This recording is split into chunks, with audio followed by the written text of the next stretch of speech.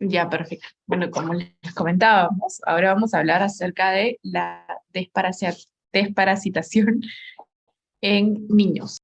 Ya, para empezar, vamos a hablar qué son los parásitos.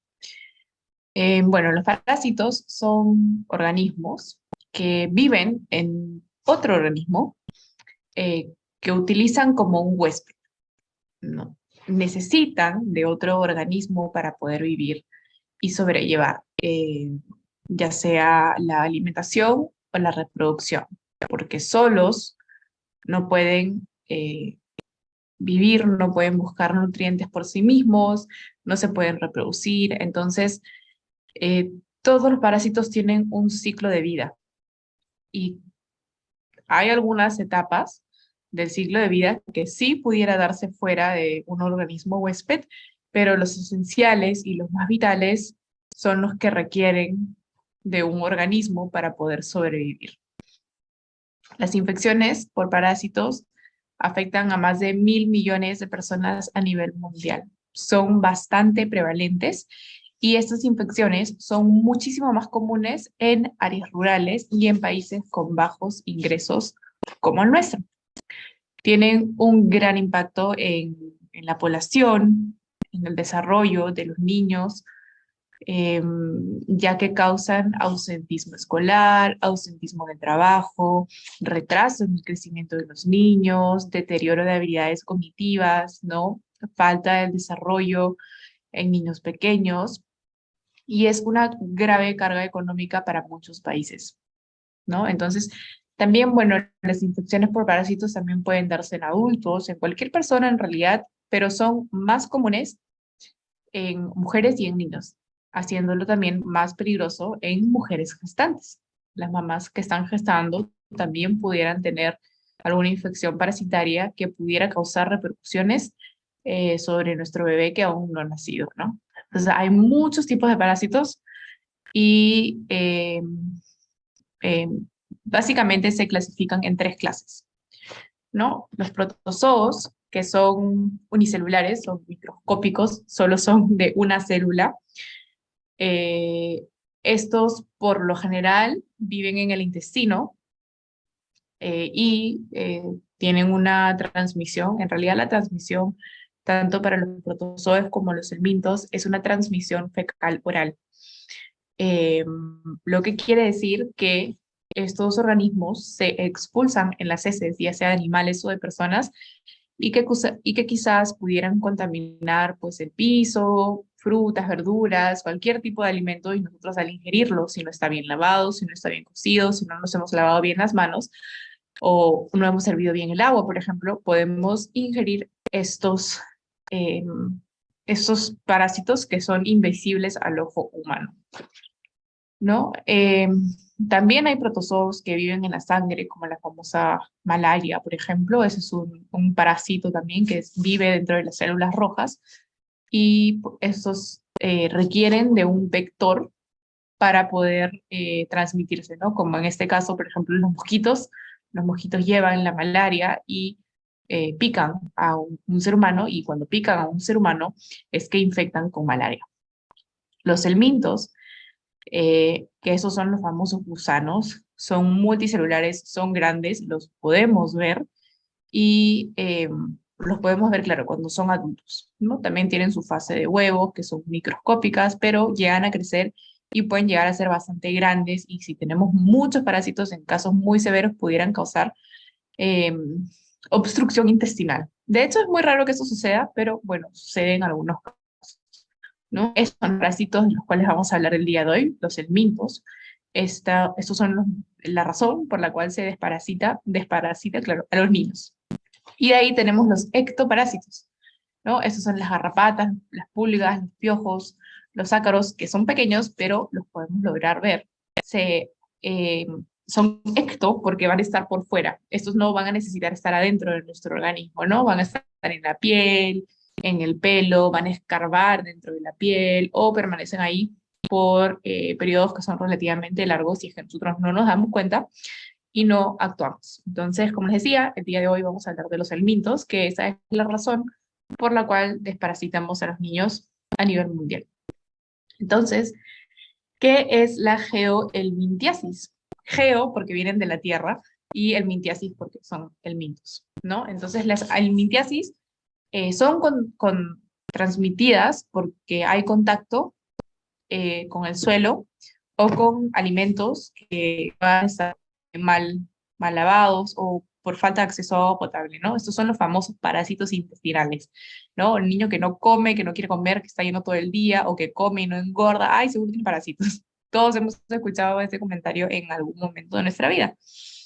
Porque es verdad, los parásitos se alimentan, en especial estos parásitos se alimentan de lo que nosotros comemos. Entonces, dejamos de nutrirnos nosotros para que se alimenten estos parásitos. Entonces, causan desnutrición. Son las infecciones más comunes a nivel mundial y, como les decía, afectan a las poblaciones más pobres y más vulnerables. Los agentes causales, los más comunes, son Ascaris lumbricoides, Trichuris trichuria y las uncinarias. Estos son los parásitos más comunes que hay. Hay miles, pero estos son los más frecuentes. Y se estima que un tercio de personas está infectada por geohelmintos y cerca de 46 millones de niños entre 1 y 14 años están en un riesgo bastante elevado de poder infectarse por estos parásitos. Esta es información oficial de la OMS, ¿no? En estudios que han hecho en Latinoamérica. Y como les comentaba, la infección es mucho más frecuente en mujeres y en niños. Entonces, ¿qué es la geohelmintiasis, no? Como les decía, son transmitidas por el contacto con el suelo, son las famosas lombrices intestinales, afectan a en general a las comunidades más pobres y los más perjudicados son los niños y las mujeres en edad reproductiva, en especial las mujeres embarazadas, ¿no? Ya les mencioné los más comunes, ¿no? Y infectan a los humanos a través de, como les decía, ingesta de agua o alimentos contaminados con sus huevos, hortalizas que vendrían a ser vegetales. Las hortalizas son los alimentos que nosotros sacamos de la tierra, ¿no? Que no están bien cocidas, que no están bien lavadas, que quizás no están bien peladas.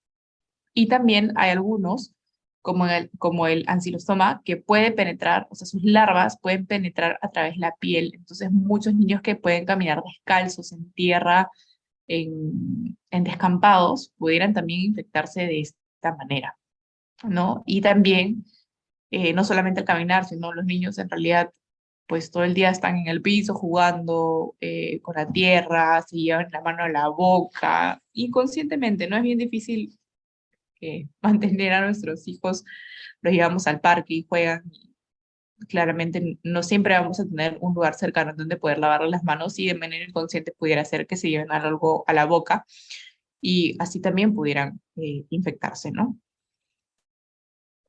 Entonces, ¿cuáles son los síntomas? Pero las infecciones que son un poco más graves, que son poco frecuentes, sí pueden causar síntomas. Como les decía, pueden causar diarrea, dolor abdominal, malestar general, debilidad, en algunos casos raros podría incluso causar prolapso rectal y como les mencionaba, en algunos casos donde se acumulan muchos parásitos, pudieran llegar a causar también una obstrucción, un bloqueo intestinal. Y en las mujeres que están embarazadas, causa bajo peso al nacer, perjudica el crecimiento físico y el desarrollo psicomotor del niño, independiente de que la mamá haya estado contagiada, los niños que se contagian también pueden tener pueden verse perjudicados en su crecimiento físico, en el desarrollo psicomotor y en las capacidades cognitivas. Entonces, ¿cómo se transmiten? Los huevos de estos parásitos son eliminados a través de las heces de personas infestadas, ¿no? Estos parásitos cuando están en su fase adulta van a vivir adentro del intestino humano y van a poner miles de huevos al día y estos huevos van a ser excretados en las deposiciones de una persona infectada. Como les decía, suele darse a través de verduras y frutas que no son suficientemente cocidas, lavadas o peladas por la ingesta de agua contaminada, ¿no? Entonces acá vemos un gráfico eh, muy común porque el hecho de que sean más frecuentes en zonas no rurales no quiere decir que si nosotros vivimos en Lima metropolitana o en Lima urbana, no tenemos la posibilidad de contagiarnos, porque claro que sí la tenemos. Los chicos, con el mero hecho de ir al parque, pudiera ser que en algún momento sí llegaran a contagiar, ¿no? El agua en Lima, bueno, el agua en el Perú no es lo suficientemente purificada, la razón por la cual no podemos tomar agua de caño. Entonces, mucho cuidado en eso, ¿no? Siempre tomar agua hervida, agua comprada, agua filtrada, ¿no?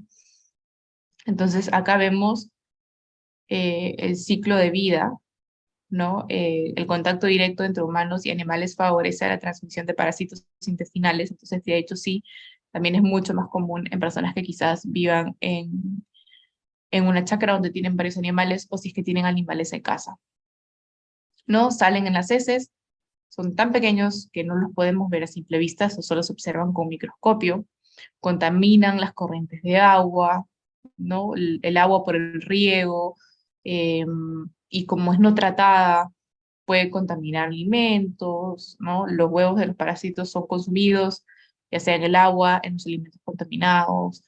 Algunos, como les mencionaba, pueden ingresar a través de la piel y es un círculo vicioso sin terminar. Entonces, ¿qué pasa con los niños, no? Como les decía, al jugar en los suelos contaminados, llevarse las manos a la boca sin lavársela, pudieran infectarse.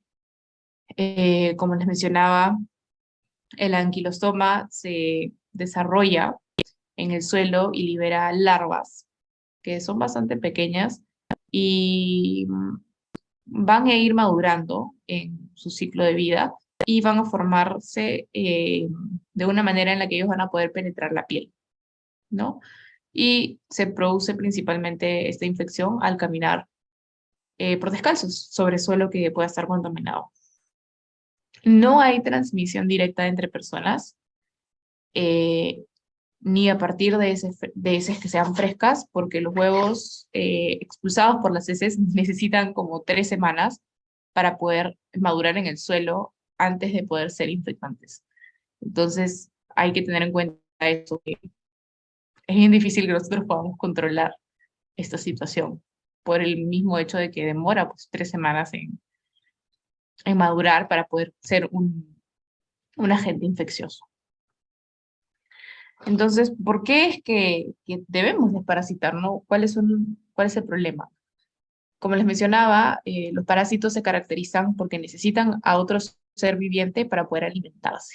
Entonces, los parásitos se alimentan de nuestro tejido, de la sangre en especial, ¿no? Entonces causa una pérdida de hierro y de proteínas bastante grande y causa anemia. Y la anemia, si bien se puede tratar, el problema que tiene la anemia es que cuando nuestros niños son pequeños y están en fase de desarrollo, si están con anemia, no van a tener un buen desarrollo neuronal y esto puede afectar sus capacidades cognitivas. Entonces, es por esto que se evita en realidad la anemia y se da hierro de manera preventiva, porque no queremos tener estos efectos a largo plazo. Entonces, lo mismo sucede cuando estamos con una infección por parásitos, ¿no? Los parásitos se alimentan de nuestra sangre, causan la pérdida de hierro, la causa de proteínas, y además de tener todos los efectos que podría tener una infección por parásitos, se añade a todo eso los efectos de la anemia. Los anquilostomas, hay ciertos parásitos como los anquilostomas que producen hemorragias, es decir, pérdidas de manera crónica de sangre intestinal, que también pueden dar lugar a la anemia. O sea, además de consumir la sangre, también hace que hayan hemorragias y puede causar o empeorar, en todo caso, la anemia, ¿no? Los helmintos, por ejemplo, hacen que no podamos absorber bien los nutrientes. Entonces, al causar la inflamación intestinal, al estar adentro de nuestros intestinos, toda esa inflamación no va a permitir que los nutrientes que nosotros ingiramos se puedan eh, absorber de una manera normal. Entonces, al no tener esta absorción de alimentos, no nos vamos a estar nutriendo bien y puede causar desnutrición en nuestros niños. Y en algunos casos, como les mencionaba, podrían causar diarreas o disenterías, ¿no? Diarreas profusas, sanguinolentas. Entonces, ¿cómo prevenimos estas geohelmintiasis? El factor principal, bueno, más determinante en cuanto a la persistencia de estas infecciones es la falta de acceso al agua potable y el saneamiento, ¿no? La desparasitación masiva es una manera la cual se llegó a un acuerdo hace muchos años por la OMS para poder desparasitar 2 veces al año en comunidades y en países con altas prevalencias de estas infecciones, como lo son el Perú, ¿no? Entonces, junto a medidas de higiene, a incremento del agua potable, que vamos viendo que vamos avanzando conforme van pasando los años, ya hay menos poblaciones con falta de acceso al agua potable. Pero sin embargo, de igual manera sigue siendo una realidad bastante fuerte en nuestro país, ¿no? Incluyendo Lima metropolitana, hay muchas zonas en las cuales aún miles de personas no tienen, millones de personas en realidad diría yo, no tienen acceso a un agua potable. Entonces, el incremento del acceso de agua potable y el saneamiento son intervenciones que van a ayudar a reducir la carga de enfermedad. Claro que estas son factores o cosas que van a tardar muchísimos años de poder lograr. Entonces, por ello, por mientras hay estas eh, campañas, ¿no?, masivas para poder ayudar y a disminuir la incidencia de infecciones por parásitos, como la desparasitación masiva. En el Perú, actualmente, según la norma técnica del MINSA, se recomienda desparasitar a los niños recién a partir de los 2 años de edad, no antes. Entonces, ¿por qué es importante desparasitar a nuestros niños? ¿No? Como les decía, en mujeres gestantes, los parásitos producen anemia y riesgo de tener bebés con bajo peso al nacer. Los niños que están infectados sufren un deterioro físico, un deterioro nutricional, un deterioro cognitivo debido a la mala absorción de micronutrientes y a la anemia que producen.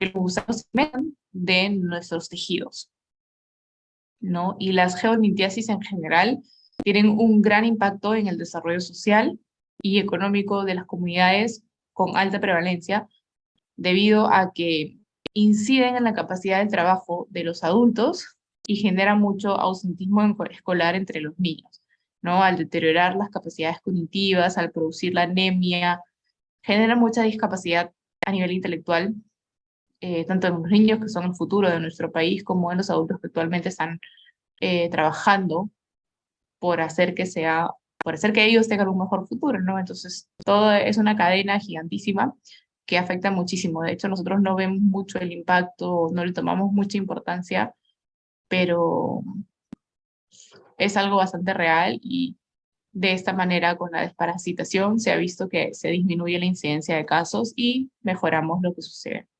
Entonces, ¿qué es lo que dice el MINSA, no? Según la resolución ministerial, la desparasitación vendría a ser la administración de antiparasitarios, una dosis para todos los niños a partir de los 2 años de edad y a todos los miembros de la familia, ¿no? Hay muchas campañas, se hacen a cada rato, anualmente, cada 6 meses, siempre hay campañas de desparasitación en todos lados alrededor del MINSA, ¿no?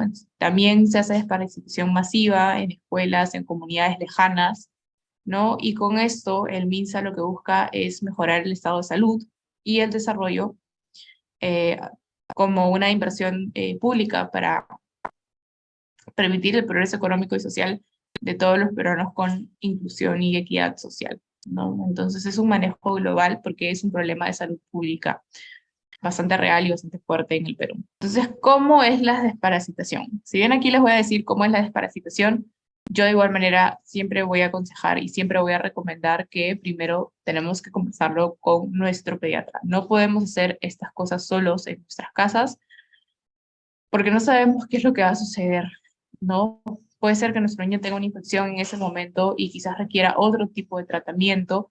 Si los niños tienen una infección activa y están con síntomas, ese tratamiento no va a ser suficiente, van a requerir otro tipo de tratamiento. Entonces, ¿cómo desparasitamos, no? Es una dosis única de medicación.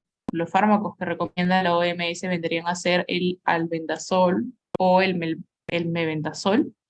Y esto debe repetirse cada 6 meses, no tanto para el niño como todas las personas que viven dentro de ese mismo hogar. De nada sirve desparasitar al niño si no lo vamos a hacer todos, porque todos en casa podríamos estar contaminados. Entonces, es o todos o no tiene mucho sentido ni lógica hacerlo. Y es importante mencionar que esta desparasitación es profiláctica. Como les decía, no es curativa, es simplemente a manera de prevenir. Profilaxis quiere decir prevenir una infección. Entonces, si nosotros ya tenemos una infección, esto no va a funcionar. Entonces, por eso les decía, si es que existe una infección o nosotros escuchamos que nuestros hijos tienen alguna infección, lo mejor es que los llevemos al pediatra para que les puedan hacer los exámenes, los estudios correspondientes y determinar si es que están infectados, qué tipo de parásito es y qué tipo de tratamiento necesitan. Porque si bien los más comunes son estos, no quiere decir que no hayan otros tipos de parásitos que también infecten, que no necesariamente se van a poder curar con esos tratamientos. Entonces hay que tener muchísimo cuidado con esto y como les decía, siempre conversando con nuestro pediatra, que nos dé el visto bueno para ver que nuestro niño pues no haga ninguna reacción adversa y que nos dé las indicaciones de cómo nosotros poder manejarlo en, en casa. Básicamente sería esto. Es un tema un poco corto, más corto que los otros temas de los cuales hemos tenido, pero sí es bastante importante y tiene un gran impacto en la sociedad. Así que voy a proceder a empezar a leer sus preguntas para ayudarlos con sus dudas.